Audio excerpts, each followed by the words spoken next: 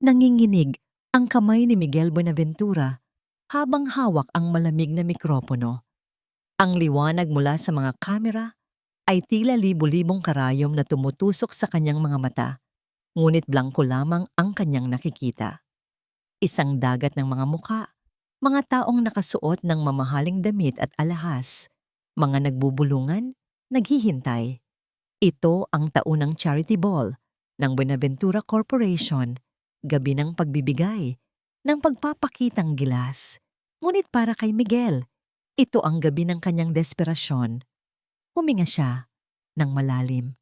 Ang hangin ay amoy pabango at mamahaling pagkain, ngunit sa kanyang pang-amoy, amoy ospital, amoy antiseptiko, amoy kamatayan.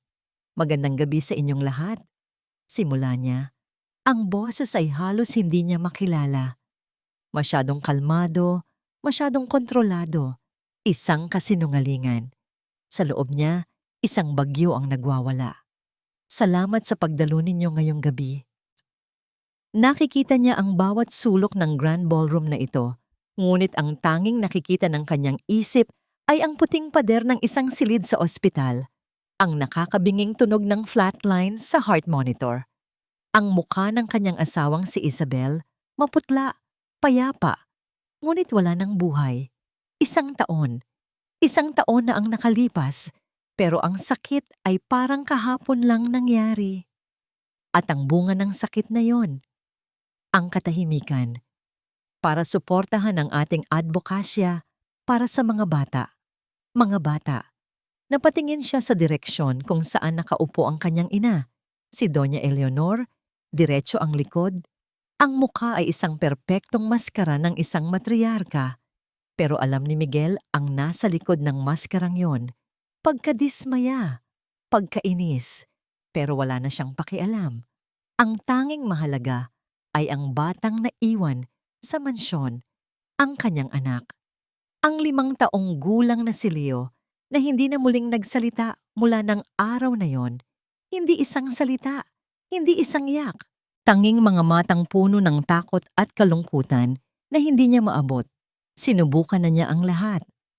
Ang pinakamagagaling na doktor, ang pinakamahuhusay na therapist mula sa iba't ibang bansa.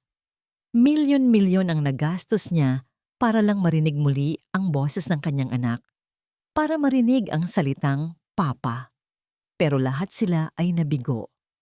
Ang katahimikan ni Leo ay isang pader na hindi kayang gibain ng pera. Isang parusa na araw-araw niyang pinapasan. Kaya ngayong gabi, gagawin niya ang isang bagay na hindi kayang gawin ng kanyang pera. Isang bagay na baliw. Isang bagay na desperado. Mayroon akong isang anunsyo. Pagpapatuloy niya, at ang bulungan sa paligid ay biglang tumigil. Nakuha niya ang atensyon ng lahat. Itinuon niya ang kanyang mga mata sa kawalan.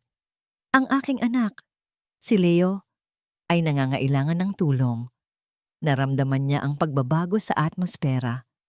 Ang kuryosidad ay naging awa. Ayaw niya ng awa nila. Sinubukan ko na ang lahat. Ang siyensya, ang medisina. Lahat ay nabigo. Huminga siya ng malalim. Pinipiga ang mikropono sa kanyang kamay. Ito na, walang atrasan. Kaya ngayong gabi, gagawa ako ng isang alok. Isang pangako. Tumingin siya ng diretso sa kamera ng isang news network sa harapan. Kung sino man sa inyo ang makakatulong sa anak kong si Leo na magsalitang muli. Nagkaroon ng nakakabinging katahimikan. Papakasalan ko siya. Isang kolektibong paghinga ang narinig sa buong ballroom. Mga mata ay nanlaki, mga bibig ay bumuka. Naramdaman ni Miguel ang matalim na tingin ng kanyang ina. Pero hindi siya lumingon. At hindi lang yan. Dagdag niya, ang boses ay matatag sa kabila ng kabaliwan ng kanyang sinasabi. Ibibigay ko sa kanya ang kalahati ng lahat ng aking yaman. At doon, sumabog ang kaguluhan. Ang mga flash ng kamera ay dumoble. Tila isang bagyo ng kidlat. Ang mga reporter ay nagsimulang magsigawan ng mga tanong. Pero hindi na sila narinig ni Miguel. Binitiwan niya ang mikropono na lumikha ng isang malakas na feedback sa sound system. Bumaba siya ng entablado, naglakad sa gitna ng nagkakagulong mga tao na parang mga multo lamang sila. Dire-diretso siyang lumabas ng ballroom, iniwan ang iskandalo, ang tsismis, at ang kanyang dignidad. Habang naglalakad siya sa mahabang pasilyo ng hotel, ang tanging naririnig niya ay ang katahimikan sa kanyang mansyon, ang nakakabinging katahimikan na handa niyang bayaran kahit pakalahati ng kanyang kaluluwa para lang mawala. Pagdating niya sa bahay, ang mansyon ay madilim at tahimik gaya ng inaasahan niya. Ang bawat sulok ay may anino ni Isabel. Ang bawat walang tunog na espasyo ay puno ng boses ni Leo na hindi niya marinig. Dahan-dahan siyang umakyat sa hagdanan, niluwagan ng kanyang kurbata. Pumasok siya sa silid ng kanyang anak. Doon, sa ilalim ng dim light ng isang maliit na lamp, natutulog si Leo. Ang kanyang munting mukha ay payapa. Ngunit kahit sa pagtulog, may bakas ng lungkot sa kanyang mga labi. Umupo si Miguel sa gilid ng kama. Hinaplos niya ang buhok ng bata. Dati, ang batang ito ay laging puno ng kwento pagkatapos ng isang araw sa eskwela. Ngayon, tanging katahimikan na lang ang dala niya pauwi. Leo, bulong ni Miguel. Ang boses ay basag. Anak, nagsalita na si Papa. Ginawa ko ang isang bagay na nakakahiya, pero para sa'yo yun. Walang sagot. Tanging ang marahang paghinga ng natutulog na bata. Sana may makarinig sa'kin. Sana may isang taong makarinig sa'yo. Tinitigan niya ang kanyang anak at ang imahe ng isang baliw na anunsyo ay nawala. Napalitan ito ng mukha ng isang ama na handang isuko ang lahat para lang sa isang salita mula sa kanyang anak.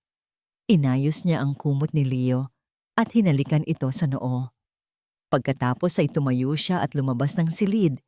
Isinara ang pinto ng walang ingay.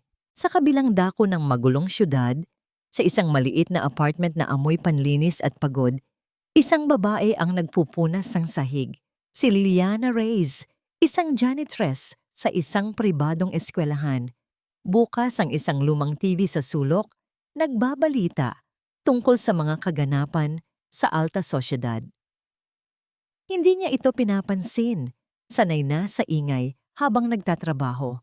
Pero isang anunsyo ang pumukaw sa kanyang atensyon. Isang nakakagulat na pahayag mula sa bilyonaryong CEO na si Miguel Buenaventura. Itinigil ni Liana ang pagpupunas.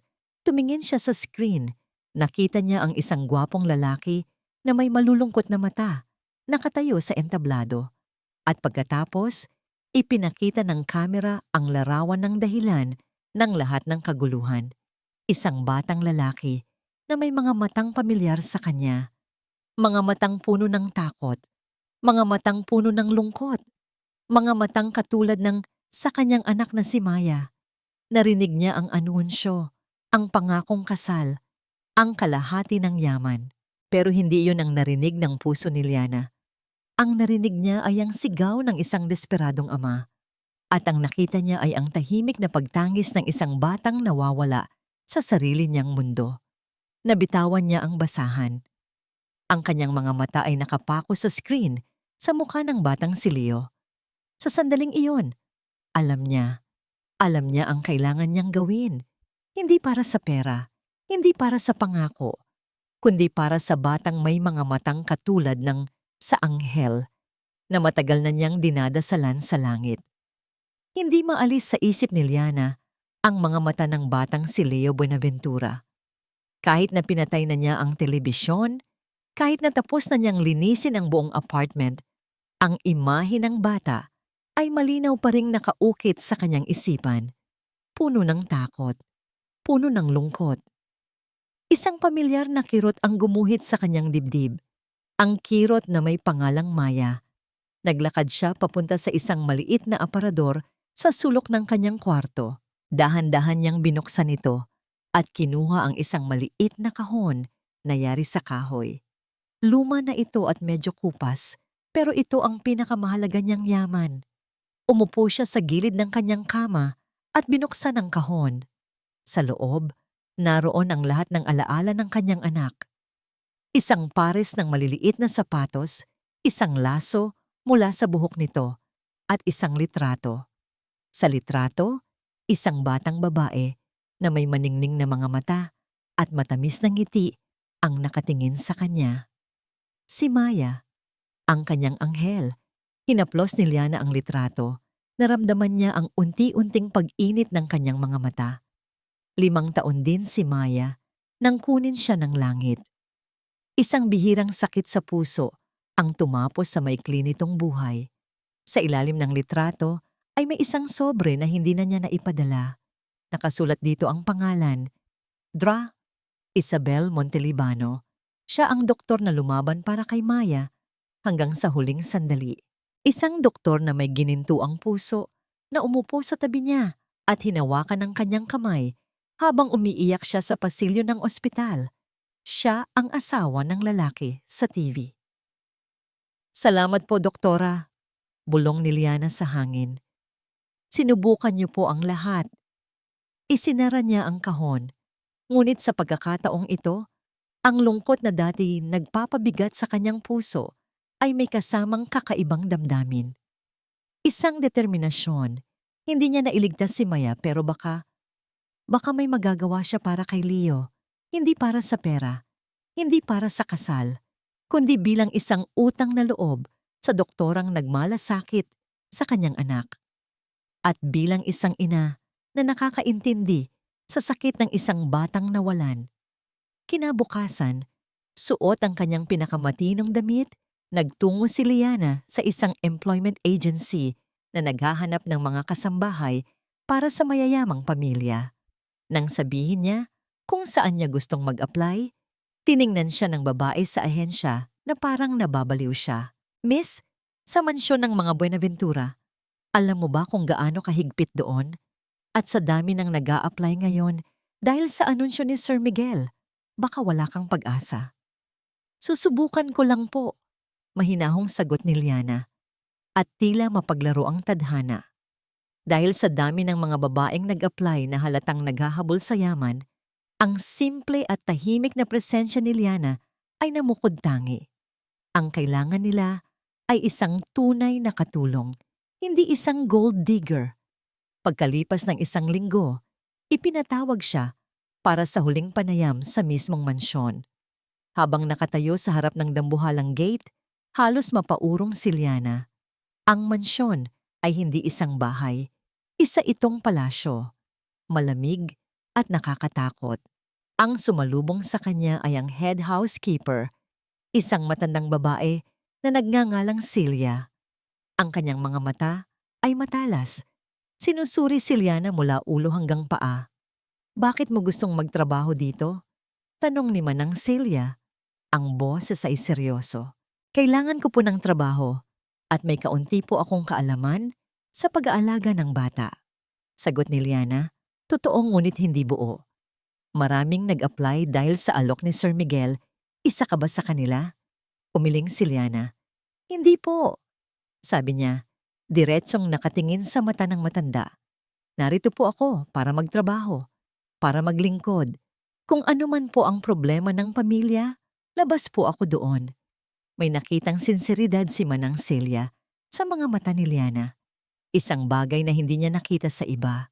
Kinagabihan, natanggap ni Liana ang tawag. Tanggap siya. Sa kanyang unang araw, si Liana ay tila isang anino sa loob ng malaking bahay. Tahimik siyang gumagawa, sumusunod sa mga utos, at iniiwasan ang mga mararangyang miyembro ng pamilya. Habang nagwawalis siya sa hardin, natanaw niya ito. Isang batang lalaki na nakaupo mag-isa sa ilalim ng isang malaking puno ng akasya. Si Leo. Nakayakap ito sa kanyang mga tuhod, nakatingin sa malayo. Ang kalungkutan sa kanyang anyo ay halos pisikal na maramdaman. Dahan-dahang lumapit si Liana, takot na baka magulat ito.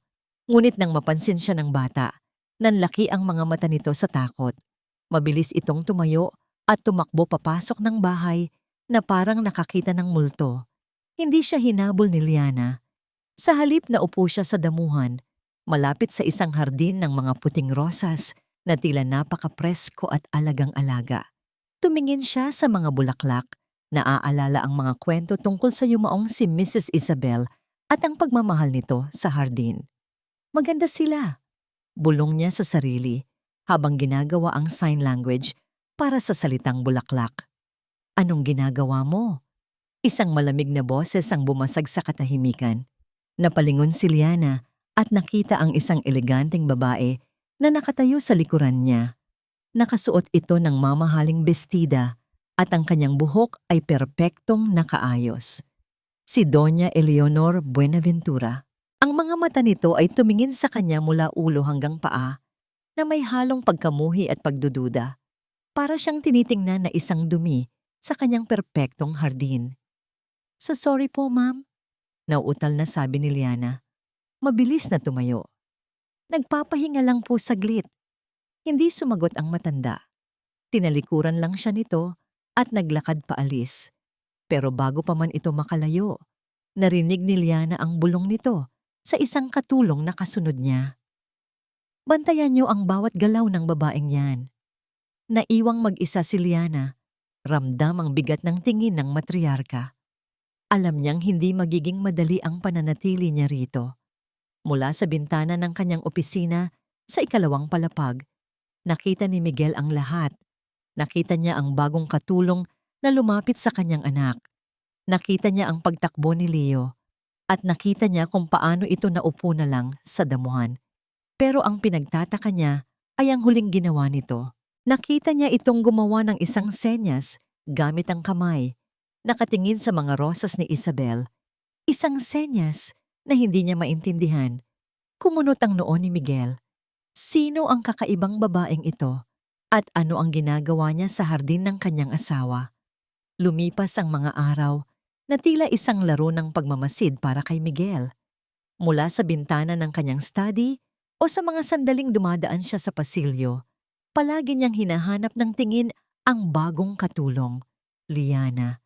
Hindi niya maintindihan ng babae.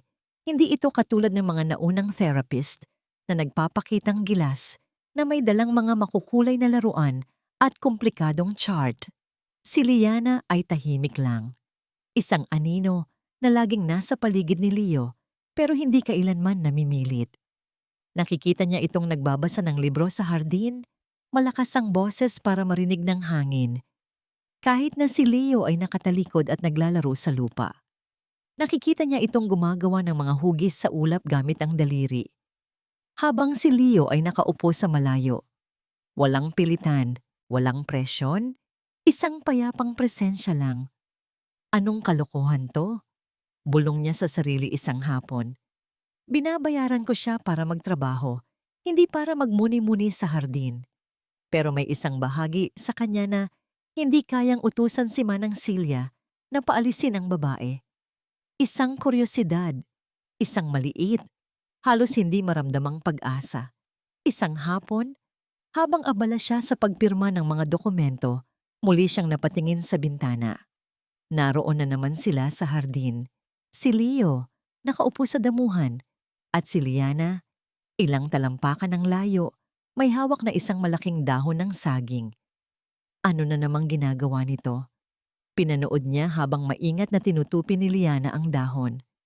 Ang bawat galaw ng mga daliri nito ay tila may sariling wika. Isang tiklop dito, isang lupi doon. Sa mata ni Miguel, ito ay isang walang kwentang pag-aaksaya ng oras. Ngunit para kay Leo, na pasulyap-sulyap mula sa kanyang kinauupuan, ito ay isang hiwaga. Ilang sandali pa, natapos si Liana. Sa kanyang palad, hindi na ito isang simpleng dahon. Isa na itong ibon. Isang ibong gawa sa dahon. Hindi niya ito inabot kay Leo. Sa halip, inilapit niya ito sa kanyang bibig at marahang hinipan. Ang dahon ibon ay tila gumalaw, umangat ng bahagya na parang lilipad. Nakita ni Miguel ang pagbabago sa kanyang anak. Ang dating walang emosyong muka ay napalitan ng pagkamangha. Dahan-dahan, gumapang si Leo palapit kay Liana. Isang pulgada, tapos isa pa. Inilahad ni Liana ang kanyang palad. Inaalok ang ibon. Nag-atubili si Leo. Tumingin ito sa ibon, tapos sa mga mata ni Liana.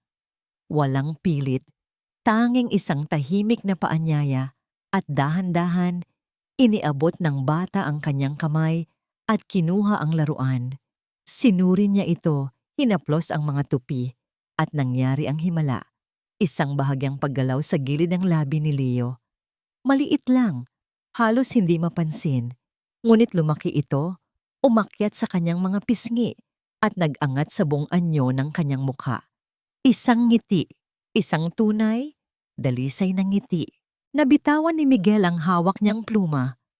Tumama ito sa mamahaling sahig na gawa sa Nara, ngunit hindi niya narinig ang tunog. Ang kanyang paghinga ay tila huminto. Ang puso niya, na matagal nang manhid at nagyayelo, ay biglang nakaramdam ng isang mainit na kislap. Isang bagay na matagal na niyang kinalimutan. Pag-asa. Isang taon. Isang taon niyang hinintay ang sandaling iyon. Isang taon ng mga tahimik na luha at desperadong dasal. At ngayon, dahil sa isang babaeng hindi niya kilala at sa isang laruang gawa sa dahon, nasilayan niya itong muli. Sa hardin, hindi nagpakita ng pagkagulat si Liana. Ngumiti lang din siya pabalik kay Leo, isang ngiting mahinahon at puno ng pag-unawa. Tila para sa kanya, ang ngiti ni Leo ay hindi isang himala, kundi isang natural na bagay na matagal lang natago. Hindi na napigilan ni Miguel ang sarili. Tumayo siya, handang bumaba at lapitan sila. Ngunit isang katok sa pinto ang pumigil sa kanya. "Sir, narito na po si Dr. Victoria Lazaro," sabi ng kanyang sekretarya. Pumasok si Dr. Lazaro, isang babaeng matangkad at mukhang matalino.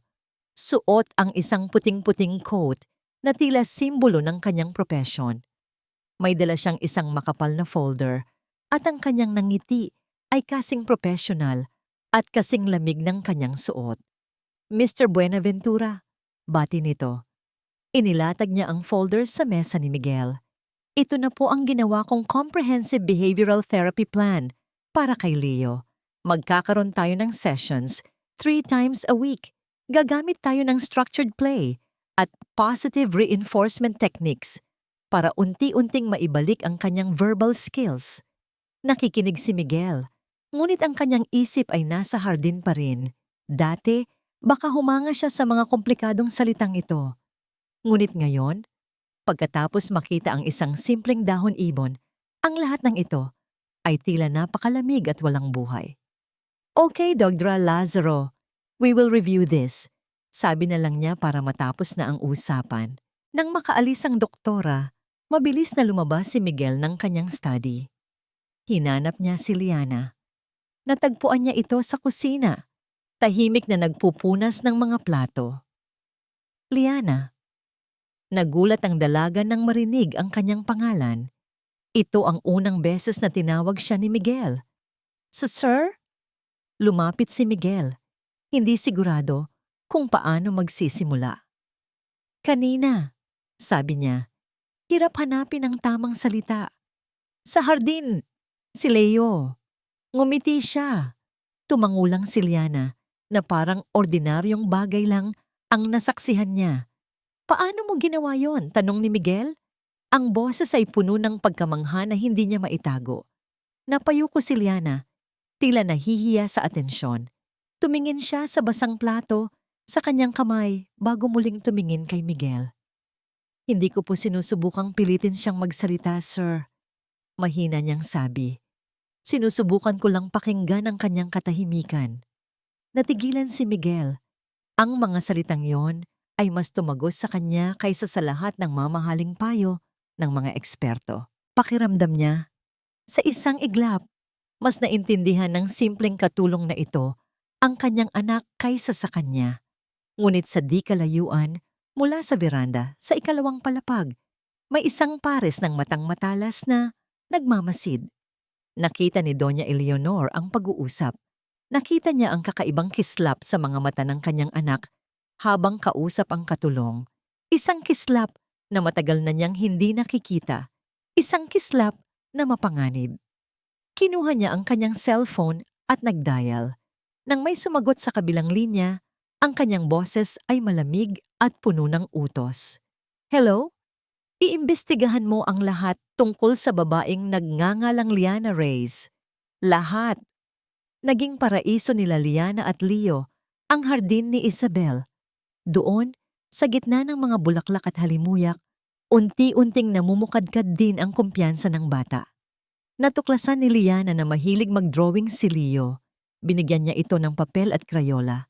At doon, sa mga blankong papel, isinilang ang kanilang kakaibang pag-uusap. Hindi sila gumagamit ng salita. Ang bawat iginuhit na linya ni Leo ay isang salitang hindi niya masabi.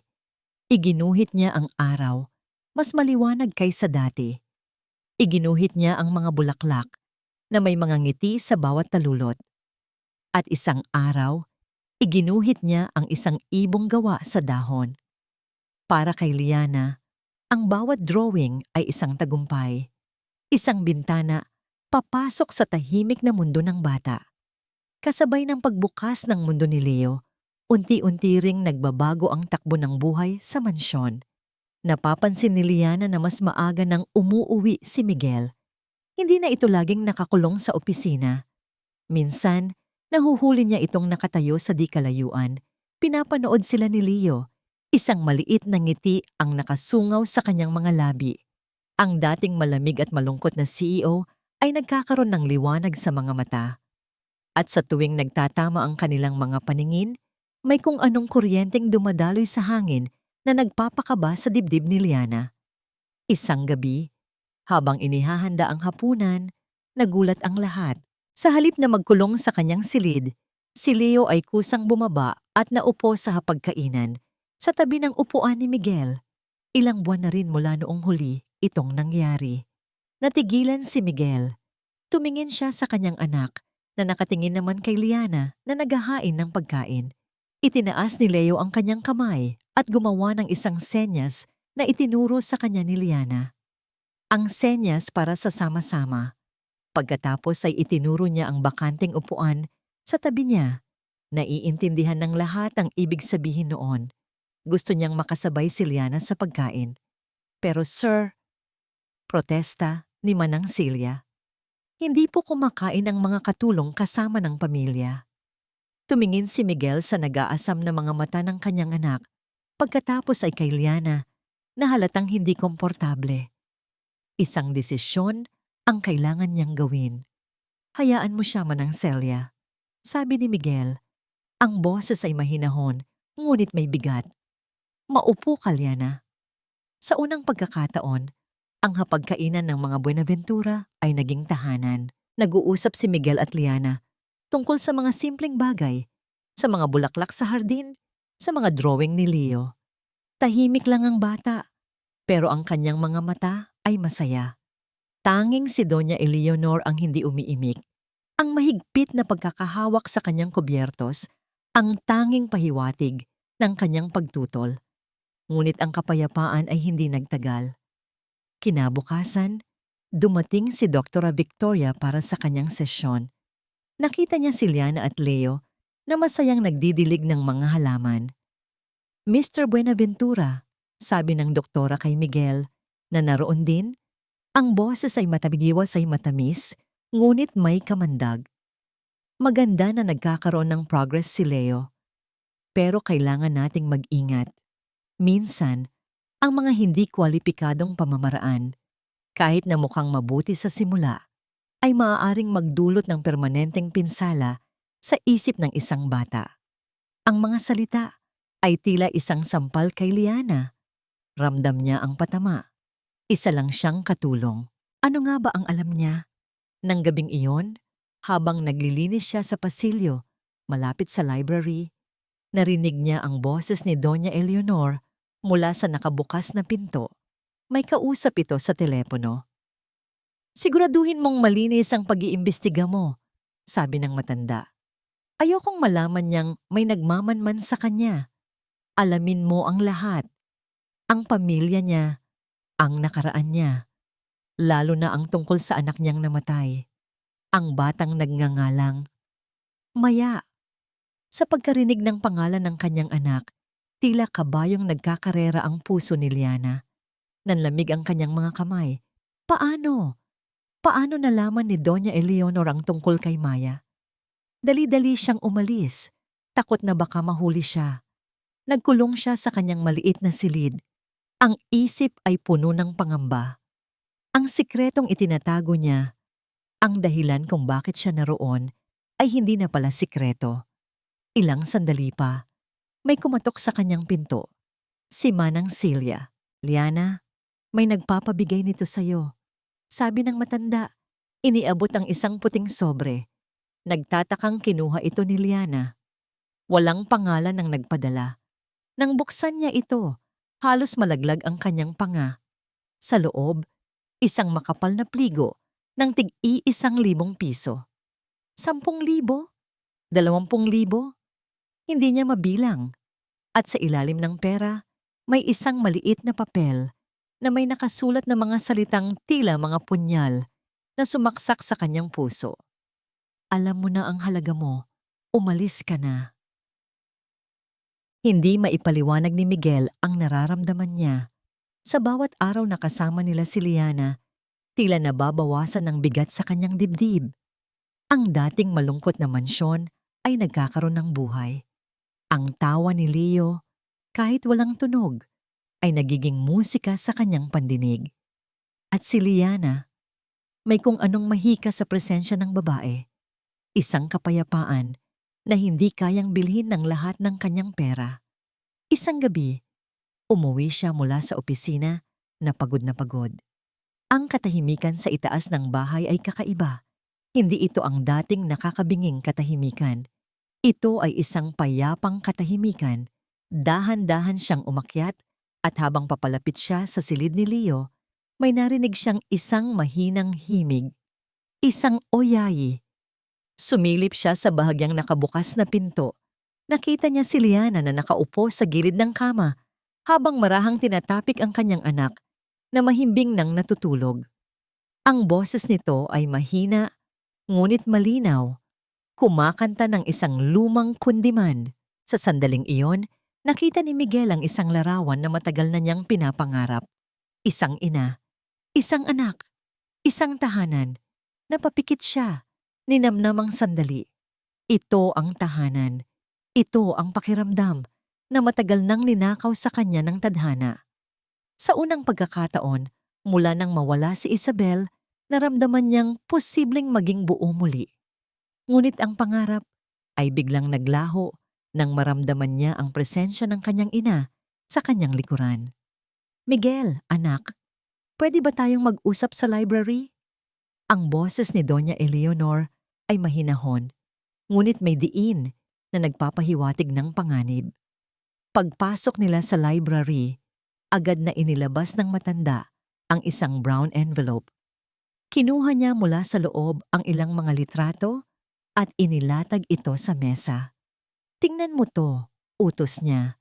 Kinuha ni Miguel ang mga litrato. Sa bawat isa naroon si Liana, nakikipag-usap sa isang lalaking hindi niya kilala sa labas ng isang maliit na kainan. Sa isang litrato, may inaabot na sobre ang lalaki kay Liana. Sa isa pa, nakangiti si Liana habang kausap ito.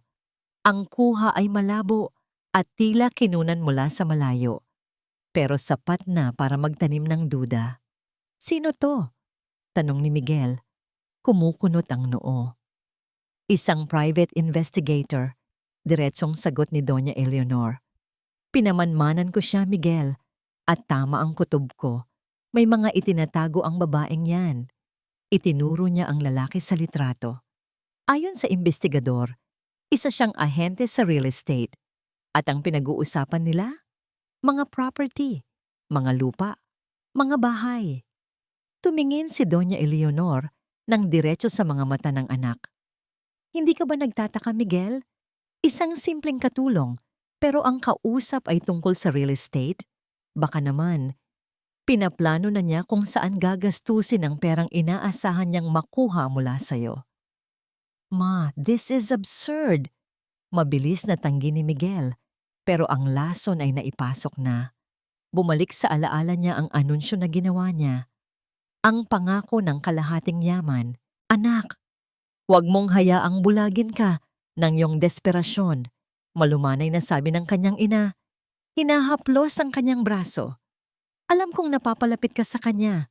Pero isipin mo, hindi ba't masyadong perpekto ang lahat?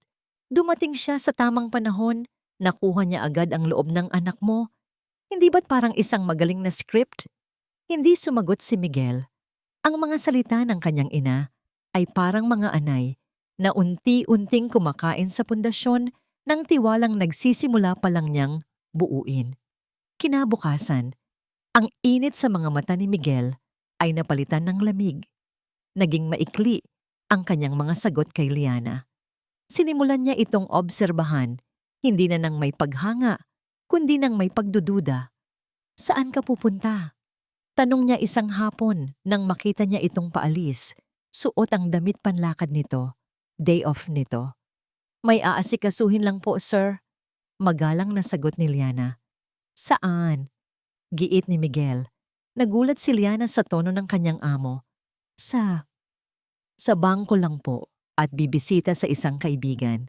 Hindi na umimik si Miguel, pero ang kanyang mga mata ay nagsasabing hindi siya naniniwala. Nasaktan si Liana sa biglaang pagbabago. Ano ang nagawa niya ng gabing iyon? Iginuhit ni Leo ang isang larawan, isang masayang pamilya, isang tatay, isang nanay, at isang batang lalaki. Sa gitna, magkakahawak kamay. Ipinakita niya ito kay Miguel. Ang mga mata ay nagniningning. Tiningnan lang ito ni Miguel ng walang emosyon. Maganda, sabi niya, at ibinalik ang papel sa mesa na parang isa lang itong ordinaryong bagay. Nakita ni Leo ang lahat. Nakita niya ang pagbaliwala sa kanyang obra. Unti-unting nawala ang nangiti sa kanyang labi at ang liwanag sa kanyang mga mata ay dahan-dahang namatay. Pumasok sa library si Dr. Victoria, may dalang isang mangiting tagumpay. Miguel, sabi nito, may kailangan kang malaman. Isang napakahalagang impormasyon tungkol sa nakaraan ni Liana. May nalaman ako at may kinalaman ito sa ospital kung saan nagtrabaho si Isabel. Ang bawat araw para kay Liana ay naging isang paglalakad sa ibabaw ng maninipis na bubog. Ang dating magaan na pakiramdam sa mansyon ay napalitan ng isang mabigat at malamig na tensyon. Ramdam niya ang pagbabago sa pakikitungo ni Miguel, ang matatalim na tingin ni Doña Eleanor, at ang mapanuyang mga ngiti ni Dr. Victoria. Tanging kay Leo na lang siya humuhugot ng lakas. Patuloy pa rin ang kanilang tahimik na pagkakaibigan sa hardin, ngunit kahit ang bata ay tila nararamdaman ang pagbabago sa hangin. Mas madalas na itong nakasimangot at laging nakakapit sa laylayan ng damit ni Liana na para bang takot na iwanan siya. Ang pinakahihintay na araw ng pag-atake ay dumating isang gabi. Pinatawag ni Doña Eleanor ang lahat sa sala. Si Miguel, si Dr. Victoria at si Liana na walang kamalay-malay na siya ang magiging sentro ng isang paglilitis. Liana, simula ni Doña Eleanor, ang boses ay kalmado, ngunit naglalaman ng yelo. May mga ilang bagay lang kaming gustong liwanagin. Tumingin si Miguel kay Liana, ang mga mata ay blangko, walang emosyon, parang estranghero. Dr. Lazaro, please proceed, utos ng matanda. Tumayo si Dr. Victoria, hawak ang isang folder, tila isang taga-usig sa korte. Ayon sa aking research simula niya, napag-alaman ko na may malalim ka palang koneksyon sa pamilyang ito, Liana. Hindi ba't ang yumaong anak mo? Si Maya ay naging pasyente sa ospital kung saan nagtrabaho si Dr. Isabel Montelibano. Nanlamig ang buong katawan ni Liana. Ito na, ang sikreto niya. Oo po, halos pabulong niyang sagot. Nagpatuloy ang doktora, ang boses ay tumataas, puno ng akusasyon. At hindi ba't si Dr. Isabel mismo ang isa sa mga doktor na humawak sa kaso niya? Isn't it too much of a coincidence, Liana? Na sa dinami-dami ng pamilyang pwede mong pagtrabahuhan, dito ka pa napunta Sa pamilya ng doktorang hindi nakaligtas sa anak mo? Binaluktot niya ang katotohanan. Ang utang na loob ay ginawa niyang motibo ng paghihiganti o, mas malala pa, ng pananamantala. Hindi po ganyan. Sinubukan ni Liana na ipaliwanag. Nanginginig ang boses. Nagpapasalamat po ako kay Dr. Isabel. Nagpapasalamat? Putol ni Doña Eleonor. O baka naman nakita mo ang pagkakataon nang mamatay si Isabel at ilabas ni Miguel ang kanyang desperadong alok. Naisip mo, ito na ang pagkakataon ko para makuha ang hustisya o ang perang hindi na ibigay sa akin. Isang perpektong plano. Tumingin si Liana kay Miguel. Nagmamakaawa ang mga mata. Miguel, Sir, maniwala po kayo. Hindi po totoo yan. Sinubukan niyang ikwento ang tungkol kay Maya, ang kabutihan ni Isabel, ang pagnanais niyang tumulong. Ngunit ang isip ni Miguel ay nalason na ng mga litrato at ng mga kasinungalingan. Ang nakikita niya lang ngayon ay isang babaeng magaling umarte, isang oportunista. Ang pangako niya ang kahinaan niya. Ang ginamit nito laban sa kanya. Lahat ba ito ay pagkakataon lang, Liana? Tanong ni Miguel. Ang boses ay walang kabuhay-buhay. Ang pagdating mo rito? Ang pagiging malapit mo agad kay Leo? O isa itong perpektong plano? Gumuho ang mundo ni Liana. Ang lalaking nagsimula nang magpatibok muli sa kanyang puso ay siya ring dumudurog nito ngayon. Wala nang tiwala sa mga mata nito. Tanging malamig na paghusga. Pumasok sa eksena si Doña Eleonor, ang huling bira. Nakuha mo na ang atensyon ng anak ko. Nakuha mo na ang simpatiya ng apo ko. Siguro naman sapat na yan. Naglabas siya ng isang tseke mula sa kanyang bulsa at inilatag ito sa mesa. Ito, kunin mo ito. Sapat na siguro yan para makapagsimula ka sa ibang lugar. Umalis ka na at wag nang magpakita pa. Luha na ang bumabagsak mula sa mga mata ni Liana. Hindi niya tiningnan ang tseke. Ang tiningnan niya ay si Miguel. Naghihintay. Umaasa. Ngunit si Miguel ay tumalikod. Iyon na ang sagot. Wala nang natirang salita. Tumango si Liana. Pinunasan ang kanyang mga luha gamit ang likod ng kanyang kamay. Ang bawat hibla ng kanyang pagkatao ay nasasaktan. Ngunit kailangan niyang panatilihin ang kahit kaunting dignidad na natitira. Hindi ko kailangan ng pera niyo, sabi niya. Ang boses ay basag ngunit may tapang. Naglakad siya palabas ng sala. Bawat hakbang ay parang tinik. Bago niya lisanin ang silid, lumingon siya at tiningnan si Leo sa huling pagkakataon. Naintindihan na pala ng bata ang nangyayari. Nakita niyang nakatayo ito sa may pinto ng kusina. Tahimik na umiiyak. Hawak-hawak ang ibong gawa sa dahon na matagal na nitong itinago. Ang kanilang mga mata ay nagtagpo, isang tahimik na paalam. Nagpatuloy si Liana sa pag-akyat sa kanyang silid para kunin ang kanyang mga gamit. Ang huling pag-uusap nila ni Miguel ay umalingaw-ngaw sa kanyang isipan. Umalis ka na, sabi ni Miguel.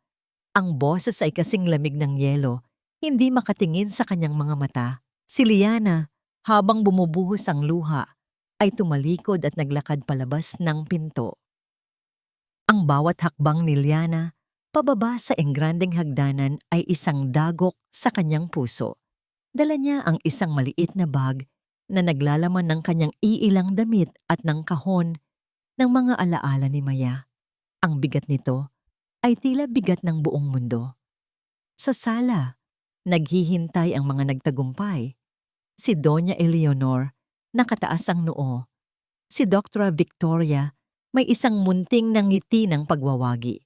At si Miguel, nakatayo malapit sa bintana, nakatalikod sa kanya, isang estatwa ng pagsisisi at pagkalito. Walang nagsasalita. Ang tanging maririnig ay ang tunog ng takong ng sapatos ni Liana sa marmol na sahig, tunog ng isang paglisan.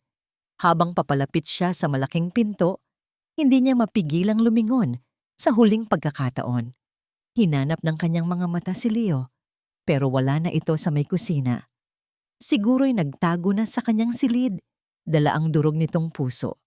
Mas mabuti na rin siguro yon para hindi na niya makita ang tuluyan niyang pag-alis. Binuksan niya ang pinto. Ang hangin sa labas ay malamig. Kasinlamig ng kanyang nararamdaman. Itinapak niya ang isang paa sa labas. At doon, isang tunog ang bumasag sa nakakabinging katahimikan ng mansyon. Isang tunog na matagal nang hinintay ni Miguel. Isang tunog na handa niyang ipagpalit sa kalahati ng kanyang yaman. Ngunit dumating sa pinakamasakit na paraan. Isang sigaw. Mama! Hindi ito isang bulong. Hindi isang ungol. Ito ay isang malinaw, malakas, at desperadong sigaw mula sa itaas ng hagdanan. Lahat sila ay napalingon. Doon, sa tuktok ng hagdanan, nakatayo si Leo.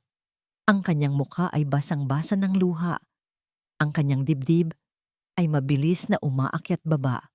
Nakatingin siya ng diretso kay Liana. Mama, ulit niya. Ang boses ay nanginginig sa pag-iyak. Mama Liana. Natigilan si Liana. Ang kanyang mga paa ay tila napako sa sahig. Tumakbo si Leo pababa ng hagdanan. Ang kanyang maliliit na paa ay mabilis, puno ng takot. Takot na maiwanan. Huwag mo akong iwan. Sigaw niya, ang bawat salita ay isang punyal na tumagos sa puso ng lahat ng nakarinig. Niyakap niya ng mahigpit ang mga binti ni Liana. Ang mukha ay ibinaon sa damit nito. Please, Mama Liana, dito ka lang. Napaluhod si Liana. Niyakap niya ang umiiyak na bata at doon, sa sahig ng mansyon, sabay silang umiyak. Hindi na niya napigilan ang sariling pighati. Ang buong mansyon ay natahimik. Si Doña Eleanor ay napanganga, hindi makapaniwala sa kanyang nakikita at naririnig. Si Doktora Victoria ay namutla. Ang kanyang scientific methods ay naging walang kwenta sa harap ng purong emosyon. At si Miguel, dahan-dahan siyang lumingon mula sa bintana.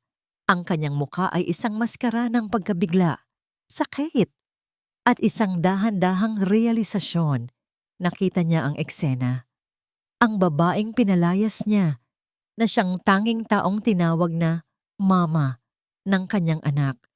Ang batang hindi nagsalita sa loob ng 1 taon na ngayon ay sumisigaw dahil sa takot na mawala ang babaeng yon. Ang mga kasinungalingan, ang mga litrato, ang mga pagdududa, lahat ay biglang naglaho. Ang tanging nakikita niya ay ang katotohanan sa pinakadalisay nitong anyo. Isang pagkakamali, isang napakalaking pagkakamali ang kanyang nagawa. Nagsimulang maglakad si Miguel palapit sa kanila, ngunit ang kanyang isip ay naguguluhan. Hindi niya alam ang sasabihin, hindi niya alam ang gagawin. Ang sakit at pagsisisi ay bumara sa kanyang lalamunan. Bilang isang reaksyon na hindi niya maintindihan, sa halip na lumapit, tumalikod siya at mabilis na umakyat sa hagdanan papunta sa isang lugar kung saan siya laging naghahanap ng kapayapaan kapag ang mundo ay gumuho. Ang study ni Isabel. Pumasok siya sa silid, humihingal, sinasapo ang kanyang ulo. Anong nagawa ko? Bulong niya sa sarili. Sa kanyang pagkalito, nasagi niya ang isang maliit na mesa sa tabi ng bintana. Nalaglag ang isang salansan ng mga lumang libro ni Isabel sa sahig. Nagkalat ang mga ito. Habang pinupulot niya ang mga libro, may isang bagay ang umagaw sa kanyang atensyon. Isang maliit na kwaderno na nakabalot sa katad na nahulog mula sa isa sa mga libro. Hindi niya ito napansin noon. Dahan-dahan niya itong dinampot. Hindi ito libro. Isa itong talaarawan. Ang talaarawan ni Isabel. Nanginginig ang mga kamay niya habang binubuksan ito. Ang bawat pahina ng talaarawan ay isang bulong mula sa nakaraan.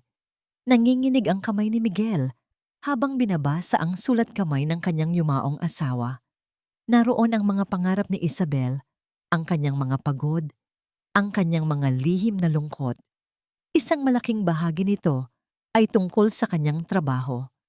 Ang bawat pahina ay puno ng mga medikal na termino, Mga kwento ng pasyente, mga tagumpay at kabiguan. Binasa ni Miguel ang tungkol sa kalungkutan ni Isabel sa tuwing may buhay na nawawala sa kanyang mga kamay. At binasa niya ang tungkol sa kanyang kaligayahan sa tuwing may isang taong gumagaling. Ngunit may isang entry na may petsang halos 2 taon na ang nakalipas. Ang pumukaw sa kanyang atensyon. October 14, may bago akong pasyente ngayon sa pediatric ward. Isang anghel na nagngangalang Maya, 5 taong gulang, pareho ng sakit sa puso na dinadala ko. Para akong tumitingin sa salamin, sa isang bersyon ng sarili ko noong bata pa ako. Pero si Maya, kahit na may sakit, hindi nawawala ang nangiti. Ang tapang ng batang yon. Napahinto sa pagbabasa si Miguel Maya. Biglang tumibok ng malakas ang kanyang puso. Ipinagpatuloy niya ang pagbabasa. October 21. Lalong lumalala ang kondisyon ni Maya. Pero ang nanay niya, si Liana, hindi bumibitaw. Araw at gabi, nasa tabi siya ng anak niya, kinakantahan, kinukwentuhan. Nakikita ko sa mga mata ni Liana ang pagod at sakit, pero nangingibabaw ang pagmamahal. Isang pagmamahal na kayang magbuwis ng lahat. Minsan, naiinggit ako. Sana nararamdaman ko rin ang ganoong klaseng pagmamahal dito sa malaking bahay. Isang kirot ang tumusok sa puso ni Miguel. Isang sampal ng katotohanan. Si Isabel, sa kabila ng lahat ng yaman, ay nakakaramdam ng kalungkutan. Isang kalungkutan na hindi niya napansin dahil masyado siyang abala sa trabaho. Binuklat niya ang mga pahina, hinahanap ang huling entry tungkol kay Maya. November 5, wala na si Maya. Hindi namin siya nailigtas. Kanina, habang kausap ko si Liana, siya pa ang nag-comfort sa akin. Niyakap niya ako at sinabing, "Salamat po sa paglaban para sa anak ko, doktora." Hindi ko napigilang umiyak. Ang tapang niya, ang tatag niya. Sa gitna ng sarili niyang pighati, binigyan niya ako ng lakas. Dahil sa kanya at sa munting anghel niyang si Maya, mas lalo kong naintindihan kung bakit ako lumalaban. Para sa mga nanay na katulad ni Liana, para sa mga batang katulad ni Maya, at para sa sarili kong anak na si Leo na sana ay hindi maranasan ang sakit na ito. Utang ko sa kanila ang inspirasyong ito. Sana balang araw, masuklian ko ang kabutihan ni Liana. Pagkatapos ng huling salita, isang butil ng luha ang pumatak mula sa mata ni Miguel, tumama sa kupas na papel. Lahat ay maliwanag na. Si Liana ay hindi isang oportunista, hindi siya isang manloloko. Siya ay isang regalo, isang sagot sa huling panalangin ng kanyang asawa. Ang tadhana mismo ang nagdala sa kanya rito para tuparin ang hindi natupad na pangarap ni Isabel, ang alagaan ng pamilyang iniwan nito. At siya, sinira niya ang lahat. Hinusgahan niya ito. Pinagtabuyan. Napatayo si Miguel, ang tala-arawan ay mahigpit na hawak sa kanyang kamay. Ang pagsisisi ay parang isang malaking alon na gustong lumunod sa kanya. Ngunit hindi ito ang oras para magpatalo. Kailangan niyang itama ang kanyang pagkakamali. Mabilis siyang bumaba ng hagdanan. Ang eksena sa sala ay pareho pa rin. Si Liana, nakaluhod pa rin at yakap-yakap si Leo. Si Doña Eleanor at Dr. Victoria hindi makagalaw sa kanilang kinatatayuan, tila mga estatwang nagyelo sa oras. Naglakad si Miguel palapit, ang bawat hakbang ay may bigat at determinasyon. Tumigil siya sa harap ng kanyang ina. "Ma," sabi niya, ang boses ay kalmado, ngunit may kapangyarihang hindi pa naririnig ng matanda mula sa kanya. Tumingin si Doña Eleanor sa anak, may bakas ng takot sa kanyang mga mata. "Ma, tama na po." Ang mga salitang binitiwan ni Miguel ay tila isang utos na bumalot sa buong sala. "Ma, tama na po." Tumingin si Liana mula sa pagkakayakap kay Leo. Nakita niya si Miguel na nakatayo sa harap nila, hindi na bilang isang malayo at mapanghusgang amo, kundi bilang isang taong may daladalang katotohanan. Naguguluhang tumingin si Doña Eleanor sa anak. Miguel, anong ibig mong sabihin? Hindi mo ba nakikita? Ito ay isang palabas. Ang tanging palabas dito, ma, ay ang pag-arte nating lahat na isang perpektong pamilya. Putol ni Miguel. Ang boses ay matatag. Itinaas niya ang talaarawan ni Isabel. Ito ang katotohanan. Naglakad siya palapit sa liwanag at nagsimulang magbasa. Binasa niya ng malakas ang mga entry ni Isabel tungkol kay Maya at kay Liana. Ang bawat salita ay umalingaw-ngaw sa tahimik na silid, mga salita ng paghanga, ng pasasalamat, at ng isang lihim na utang na loob.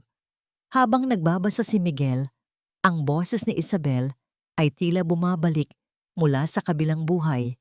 Pinupuno ang bawat sulok ng mansyon, nililinis ang lahat ng kasinungalingan. Nang matapos siya, walang sino man ang makapagsalita. Si Liana ay nakatingin lang kay Miguel. Ang mga luha ay muling dumadaloy sa kanyang pisngi.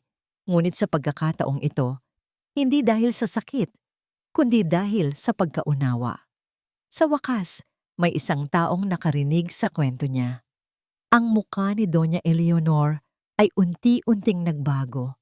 Ang pagmamataas ay napalitan ng pagkabigla, pagkatapos ay nanghiya.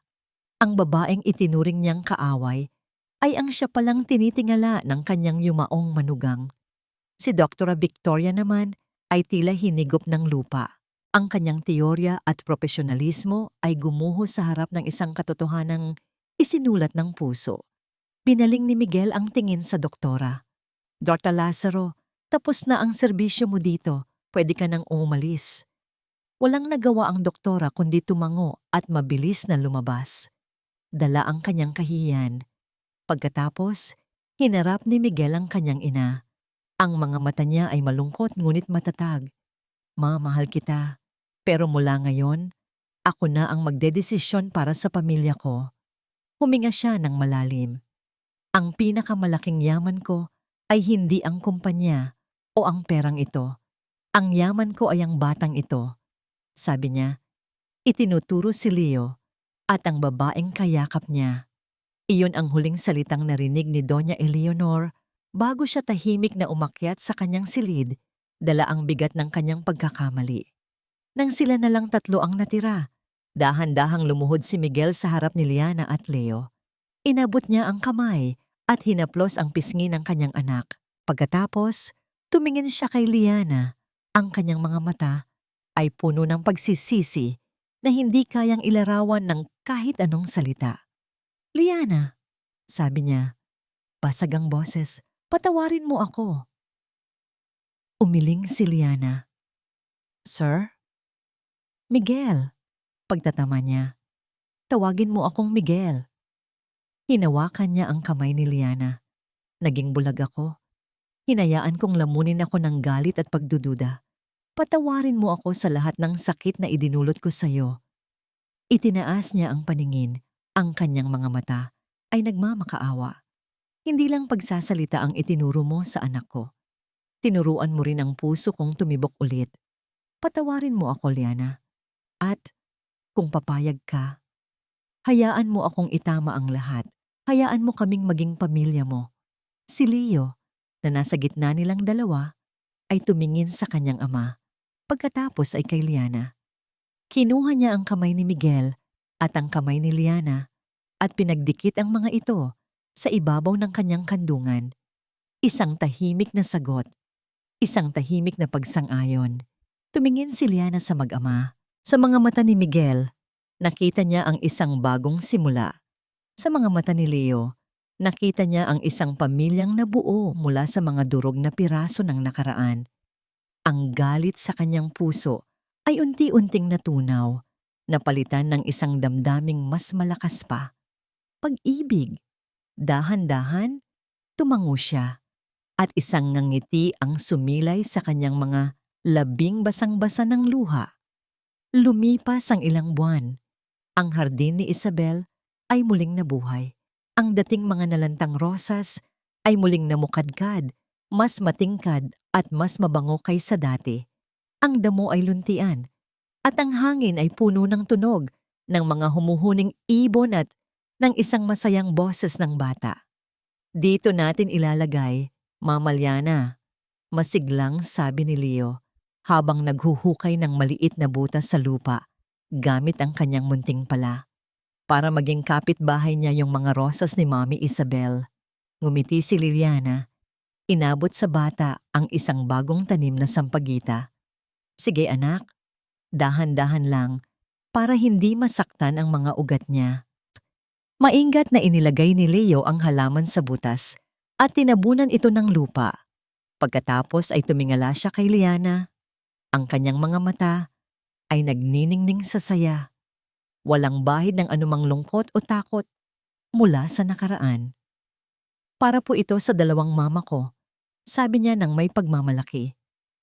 Para kay Mami Isabel sa langit at para kay Mama Liana dito sa tabi ko. Isang mainit na yakap ang isinukli ni Liana sa bata. Siguradong matutuwa si Mami Isabel dyan anak. Sa likuran nila, isang anino ang dahan-dahang lumapit.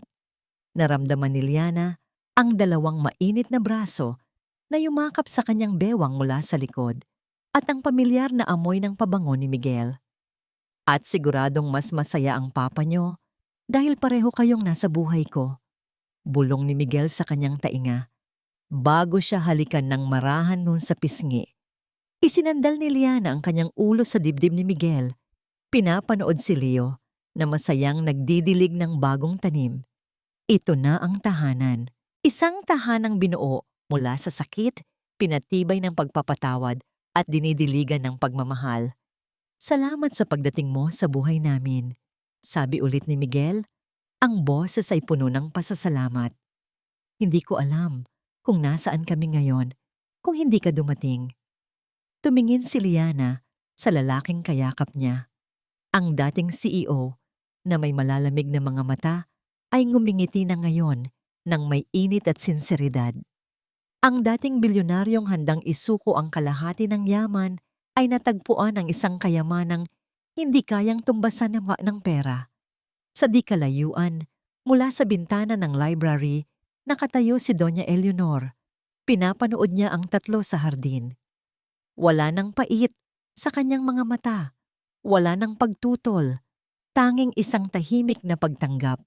Isang maliit, halos hindi mapansing na ngiti ang sumilay sa kanyang mga labi bago siya tumalikod at hinayaan ang bagong pamilya sa kanilang sariling mundo. Papa, tulungan mo kami. Tawag ni Leo. Iwinawas-siwas ang maliit na pandilig.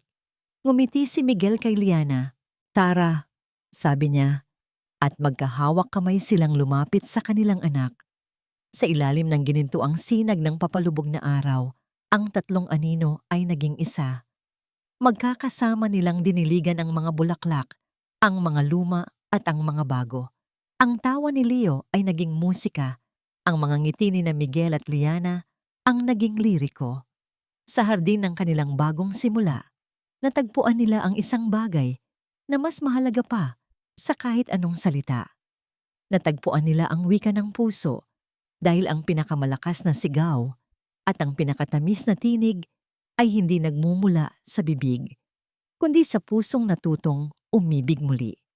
At dito nagtatapos ang kwento ni na Miguel, Liana, at ng munting si Leo. Mula sa kaibuturan ng aking puso, maraming salamat sa inyong walang sawang pagsubaybay.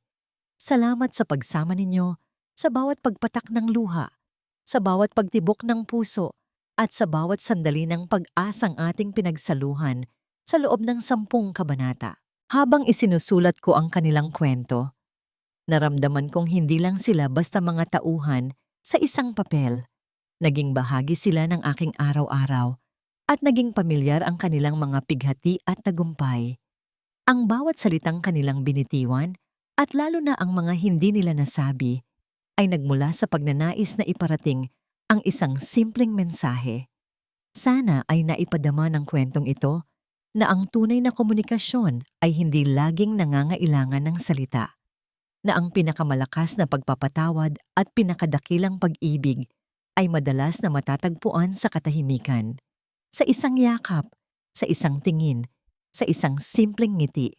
Sa ating sariling mga buhay, lahat tayo ay may kanya-kanyang hardin na kailangang alagaan, mga bulaklak ng nakaraan na kailangang diligan ng pagpapatawad, at mga bagong butil ng pag-asa na kailangang itanim. Kung ang kwentong ito ay nakaantig sa inyong puso, huwag po kayong mag-atubiling iwanan ang inyong mga saloobin sa comment section sa ibaba. Nais kong marinig ang inyong mga kwento. Ano ang pinakapaborito ninyong bahagi? Aling aral ang pinakatumatak sa inyo? Hanggang sa ating susunod na pagkikita at sa ating susunod na kwento. Ito ang inyong kaibigan at manunulat na laging nagpapaalala na ang tunay na himala ay nagsisimula sa pusong handang magmahal muli.